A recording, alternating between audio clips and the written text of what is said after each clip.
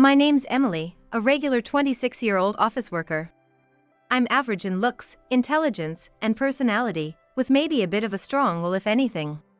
That's how I introduced myself as the group date began. It was organized by some women from the department next to mine, with guys from a slightly larger company than ours. It was supposed to be 4-on-4, but I was invited to even out the numbers when someone dropped out.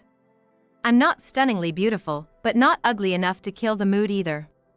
Just good enough at reading the room for a group date. I'm single right now and didn't really expect to find someone special here. The venue was a casual Italian restaurant, so I joined with my appetite as the priority.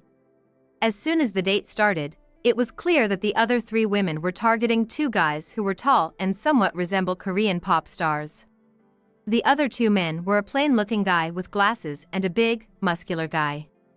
The muscular man sitting in front of me introduced himself as Ryan. I could tell from his well-developed pectorals and biceps, even under his shirt and his thick beard. He was totally my type. You see, I've always liked strong, muscular men, not the slender, handsome types. Like rugby players, for example. Perfect. He doesn't have to ride on a white horse. In fact, I'd prefer a man who could carry the horse himself. That's also why I'm often invited to these dates.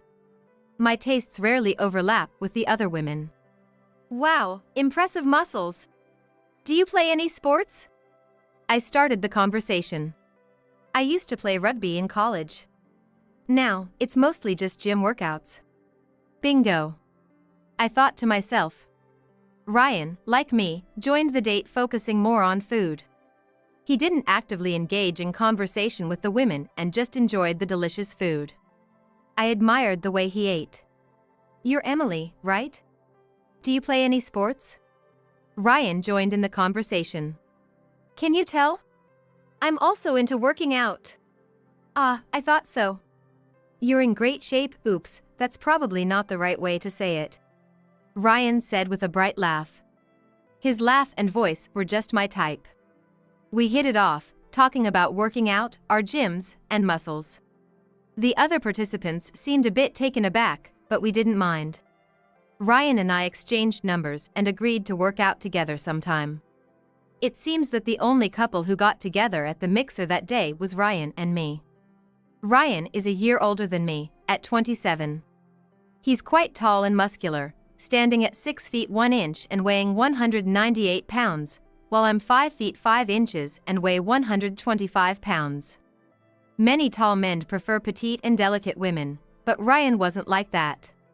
He seemed genuinely happy that we shared a passion for working out. In this way, Ryan and I, who met under such circumstances, not only went on workout dates but also went to movies and had meals together, just like any other couple. We got to the point where we'd casually talk about stuff like, you know, when I get married, I want to have a workout machine in the living room, and I'd reply, then we'll need to rent a place with a spacious living room. When I introduced Ryan to my family, they instantly liked him. His charm and thoughtfulness made it seem like our wedding was just around the corner. Next week, I'm visiting Ryan's home. He lost his mother when he was young and was raised by his sister, who is 7 years older than him. I thought of her as a potential challenging sister-in-law, but less intimidating than a mother-in-law. When I arrived, a bit nervous, I was greeted by Ryan's stunningly beautiful sister, Layla. Layla, being 7 years older than me, would be in her mid-30s, but she's so stunningly beautiful that even I, a woman, can't help but be mesmerized by her. She has a softer, more refined version of Ryan's face, about the same height as me, but so slender that I wonder if she has any muscles at all, and her waist-length black hair is gorgeous. Ryan's dad is a sturdy man with thick eyebrows, just like Ryan. Layla entertained us with homemade lavish scattered sushi, but that's when a problem arose. I'm allergic to shellfish. Sorry, Layla. I'm allergic to crabs and shrimps. I won't get a severe reaction unless I eat a lot, but I definitely can't eat the generous amount of shrimps and crabs on top of the sushi. Huh? Didn't I tell you, sis? Ryan knew about my allergy since we've had several dining dates. Nope, I didn't hear about it. Sorry, Emily. It's okay. Ryan, can you take these crabs and shrimps? When I said that, Ryan replied with an enthusiastic "oh." Gladly, and picked the crabs and shrimps from my dish with chopsticks, transferring them to his own. At that moment, I felt Layla's gaze intensify, but I didn't pay much attention to it. From now on, I'll be more careful. But if you marry Emily, Ryan, you won't be able to eat crab or shrimp anymore. When Layla said that, it dawned on me that I probably wouldn't willingly use ingredients I'm allergic to. Feeling a bit guilty, Layla added as if to rub it in. Such a shame, you love them so much. Huh? Was she blaming me? I was taken aback, but then Ryan said, it's all good, all good. I can eat crab and shrimp when we go out. Heck, I can come here to eat them. His cheerful response was a relief. While I was excusing myself, Layla kept saying things like Ryan has loved crab and shrimp since he was a kid, and as long as I'm here to make them, I'll make a lot for you, which made me realize that I wasn't exactly welcomed.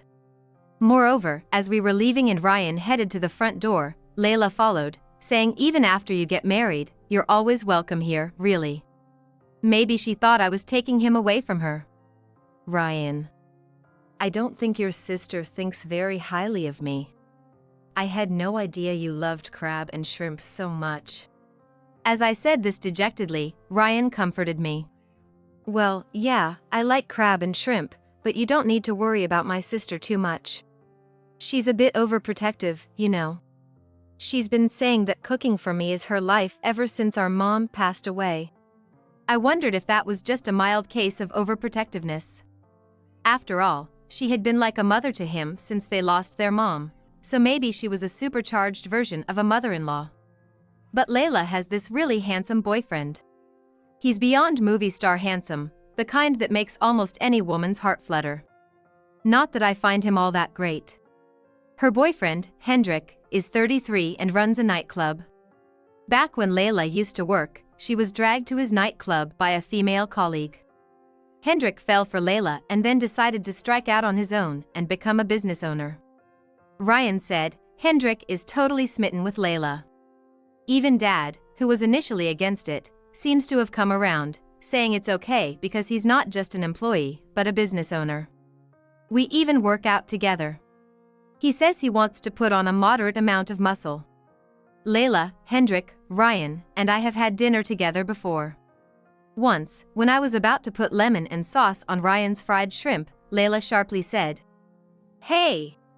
Ryan eats his fried food with soy sauce. Ryan, trying to smooth things over, said, Oh, it's fine. Emily suggested trying lemon and sauce, and it turned out to be tasty.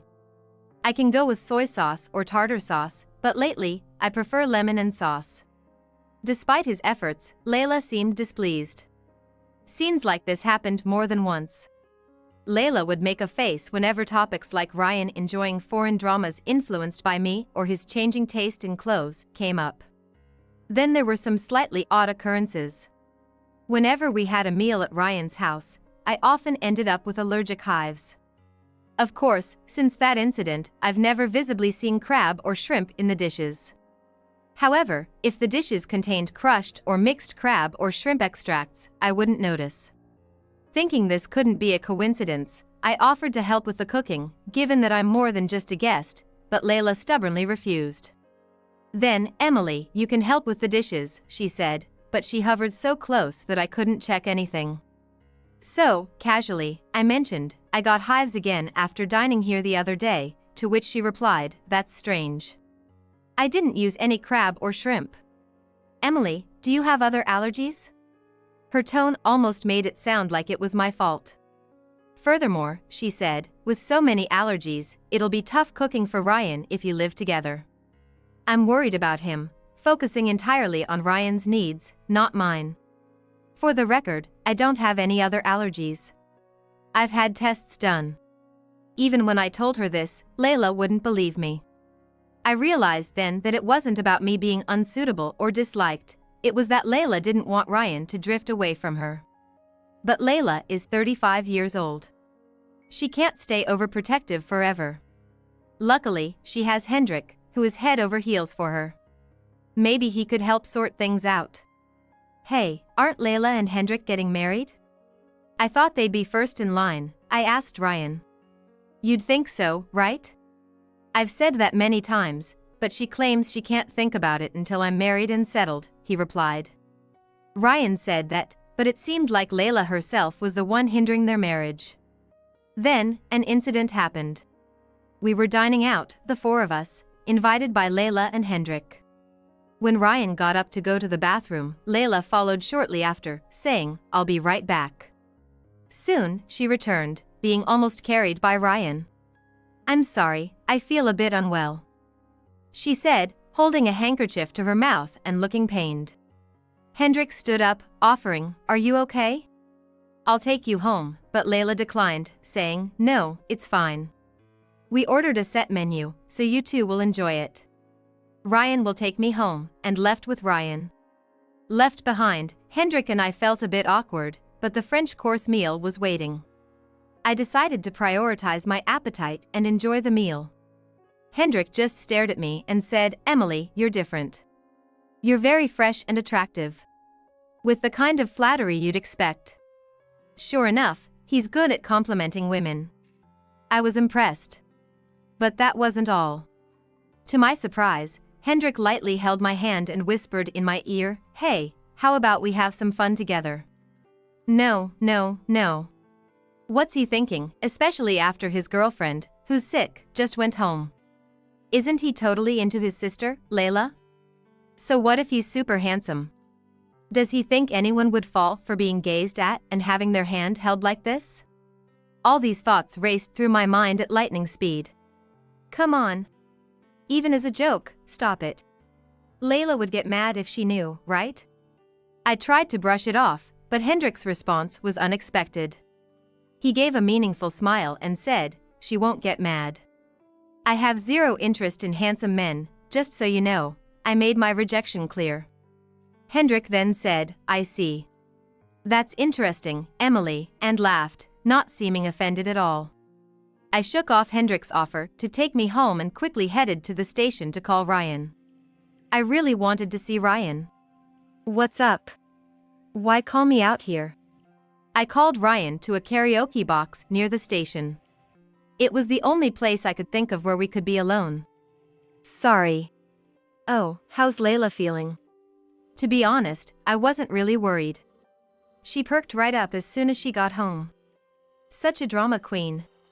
We missed out on eating that rare French meal. As Ryan sighed, I dropped a bombshell. "I got asked out by Hendrik after you left." Ryan's face turned serious as he said, "What? Why?" But Hendrik is so into Layla. Right. So I told him Layla would get mad, but he said she wouldn't. What does that mean? No way. But then again. Ryan murmured, trying to recall something. What he told me next was unbelievable. He dated several women, but they all dumped him after meeting Layla. They all said they found someone else. "I've seen those ex-girlfriends walking arm in arm with a guy who looks a lot like Hendrik. I thought it was just someone who looked similar." I was horrified. Was Hendrik being asked by Layla to break up Ryan's relationships by seducing his girlfriends? This was no laughing matter. I never mentioned it to Ryan, but I told him clearly now. After eating Layla's cooking, I often got hives. Despite not being allergic to anything but shellfish. "I get Layla not wanting to let go of you, Ryan, but this isn't good for any of us." Yeah, you're right. Sorry, Emily, for dragging you into this mess. I can't believe Layla would go that far. Ryan seemed really shaken, but my future was at stake too. "If you choose Layla, I won't see you anymore," I said firmly. Ryan also spoke decisively. "I choose you, Emily. Let's deal with Layla together. If I leave that house, she can't do anything more." And he added, feelingly, "I'm just glad you're not into handsome men." I thought it was all my fault I kept getting dumped. I felt sorry for him but couldn't help smiling a little. This strengthened our bond, and we started planning for marriage. After that day, I stopped visiting Ryan's house. I was making smooth progress with the wedding preparations, but it's not like I wasn't nervous. Just a quick search online and you'll find tons of horror stories about things going wrong at weddings and receptions. It's unlikely, but better safe than sorry. I asked the planner, do problems often happen on the wedding day? And she quickly picked up on my anxiety, asking, is there something you're worried about? So, I was able to open up and discuss my concerns. Finally, the day of the wedding arrived. Hoping that everything would go smoothly, I entered the dressing room only to be met with a shocking sight. There was Ryan's sister, tearing a wedding dress to shreds with a large cutter knife. Trampled accessories lay scattered at her feet. I had anticipated some interference, like spilling water or coffee on the dress. But cutting it with a cutter? I hadn't expected that. It's all ruined now, she said with a smile on her beautiful face. But you do know that's all rented, right? Of course, it is. Unless you're incredibly wealthy, you don't custom make wedding dresses. Her beautiful smile twisted slightly. What? But you can't have a wedding without a dress. Well, I anticipated something like this and had reserved 2 dresses.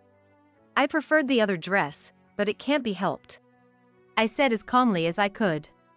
Then Ryan knocked and entered the dressing room. He grasped the situation immediately and stammered, "Sister, what have you done?" The planner with us said, "Those dresses and accessories belong to our venue. Should I report this as property damage? I'll pay for everything." "I don't want to make a criminal out of a family member on my wedding day," Ryan said. Hearing the word criminal from Ryan's mouth, his sister finally seemed to grasp the situation, screaming, "Criminal? I'm just opposed to this marriage. Layla. Unfortunately, we're already legally married. Even if we cancel today's ceremony, we are still husband and wife." Hearing this, his sister froze, then collapsed, muttering, "No. I didn't know, it can't be." Ryan then added, "Please, sister. Don't make me hate you more than I already do." At his words, she broke down, crying loudly like a child. Ryan. Ryan. While his sister continued crying, Ryan escorted her out of the room, and I hurriedly finished my makeup and put on the spare dress. By then, my family and Ryan's father had arrived at the venue. Hendrik also showed up, saying, "She really did it." I wondered why he hadn't stopped her if he saw it coming, but then again, he was part of the scheme, so of course, he wouldn't. Well, nobody could have stopped her anyway. After handing over Layla, who kept crying, to Hendrik, Ryan and I explained the situation to our parents. Everyone was a bit panicked, but since we were calm, we all agreed, let's just get through today's wedding and reception. Throughout the wedding, his sister continued to cry, and during the reception, she kept a handkerchief to her eyes. To those unaware of the situation, it seemed like she was just sad about her brother getting married. After the wedding and reception went off without a hitch, Ryan and I stayed overnight at a hotel in New York and then left for our honeymoon. A week-long trip to Italy. Planning to eat our way through it. For Layla, Ryan's words, "Please don't make me dislike you any more than this," must have been the greatest punishment of all. 3 months later, Hendrik showed up at our new home, holding a large bouquet of flowers. Ryan hadn't been home since moving out. He hadn't met his sister since then. She had called occasionally, but he coldly dismissed her. Still, Ryan seemed concerned and asked Hendrik about his sister-in-law's condition, to which he received an unexpected reply. "Yeah, I've been thinking about breaking up." What? Hendrik was so deeply in love that he did such a thing at her request? As I was surprised, he said, "She's become like an empty shell since then. She's not the girl I fell for anymore." I loved how she was so passionate and tried hard for Ryan. It was a somewhat understandable yet confusing reason. But I wanted Hendrik to stay by her side. If he didn't, who knows when she might cause us trouble again. "So, why don't you get married and have kids? If a boy who looks like Ryan is born, she'll probably get obsessed and try hard again." I admit, I can be quite a nasty woman. Totally calculating. But I absolutely want to protect my current life. Because right now, I'm pregnant, and if the child born resembles Ryan, I can't shake off this anxiety. Hendrik, surprisingly upbeat, responded to my rash suggestion. Oh. I hadn't thought of that. I've never considered marriage before, but I'll think about it. Thanks. And just like that, a month later, they registered their marriage. His enthusiasm and decisiveness are extraordinary. The boy who came to Ryan and me looked just like me. Maybe Layla won't pay him any mind, I thought. I never liked kids much, but my own child is exceptionally cute. Now I can somewhat understand why his sister was so fixated on Ryan. Emily, don't become like my sister, Ryan said with a slightly sad and complex expression. As for his sister and her husband, they quickly got pregnant and had a baby as planned. The baby, born to a stunningly beautiful couple, Hendrik and Layla, wasn't a boy resembling Ryan but a precious little girl. Unexpectedly, it was Hendrik who became utterly smitten with his daughter. He sends us pictures of her, growing cuter by the day, without us asking. Their little angel, who just turned 1, is becoming more adorable. In contrast, our mischievous 2-year-old son is like a little monster, but that's what makes him so lovable. Hendrik often says things like, "I'm never letting her get married. If she gets a boyfriend, I'll do whatever it takes to drive him away." In a way, they're a couple cut from the same cloth. So, it seems like they constantly argue about their daughter, but frankly, it's none of my business. I do wonder why all the photos he sends are only of his daughter and not a family portrait, but again, that's not my concern. Because in 2 months, I'm due to give birth. Twins. And with a mischievous little monster already taking up so much of my time, I can't afford to worry about other families. We rented a spacious living room and installed a training machine, but now Ryan's the only one using it. I plan to use it to get rid of my post-pregnancy weight, but I often find it covered with laundry. Running around with kids requires strength and stamina. I'm glad I've been working out. If we have more kids, it might be dangerous. We should put away the machine and go to the gym together. But hey, even without the machine, we can still work out, said Ryan, doing squats while carrying our son on his back. I love Ryan for saying things like that. So I'm pretty sure I won't become like his sister. I want our children to experience the happiness of living with a wonderful partner, just like me.